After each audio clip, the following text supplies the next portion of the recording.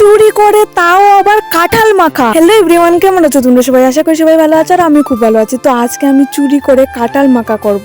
আদেও কি খাওয়া যাবে সেটা দেখার জন্য পুরো ভিডিওটা দেখতে থাকো। আমাদের বাড়িতে লেবু গাছ আছে, কিন্তু চুরি করে খাওয়ার মজাটাই আলাদা। তার জন্য আমি লেবু পাতাটাও চুরি করে এনেছি। আর চুরি করে আনতে গিয়ে আমার হাতে কাঁটা ফুটে গেছে। কাঁঠালটা আমি এখনো চুরি করে আনতে পারিনি, তার আগে আমি স্নান করে দিয়ে নিয়েছি পুজো। কিন্তু আমার চুরি করে আনতে হয়নি। আমি যখন গাছের তলে গিয়েছিলাম সেখানে গিয়ে দেখি কাঁঠালটা পড়েই আছে। চুলে করেছিলাম শ্যাম্পু, তার জন্য চুলে একটু সিরামও দিয়ে নিলাম। আর তারপর চলে এসেছে কাল বৈশাখীর ঝড়, সবকিছু অন্ধকার করে চলে এসে কি ঝড়টা দিয়েছে। বৃষ্টি তেমন দেয়নি, কিন্তু জ্বরটা অনেক দিয়েছে। তারপর কাঁঠালটা নিয়ে এলাম, এখন আমি এটার মাখা করব। অনেক ভিডিওতে দেখেছি কাঁঠাল মাখা, এবার আমিও ট্রাই করব, দেখবো কিরকম হয়। জীবনে যদি ভালো মতো বাঁচতে চাও তাহলে এটা খেও না।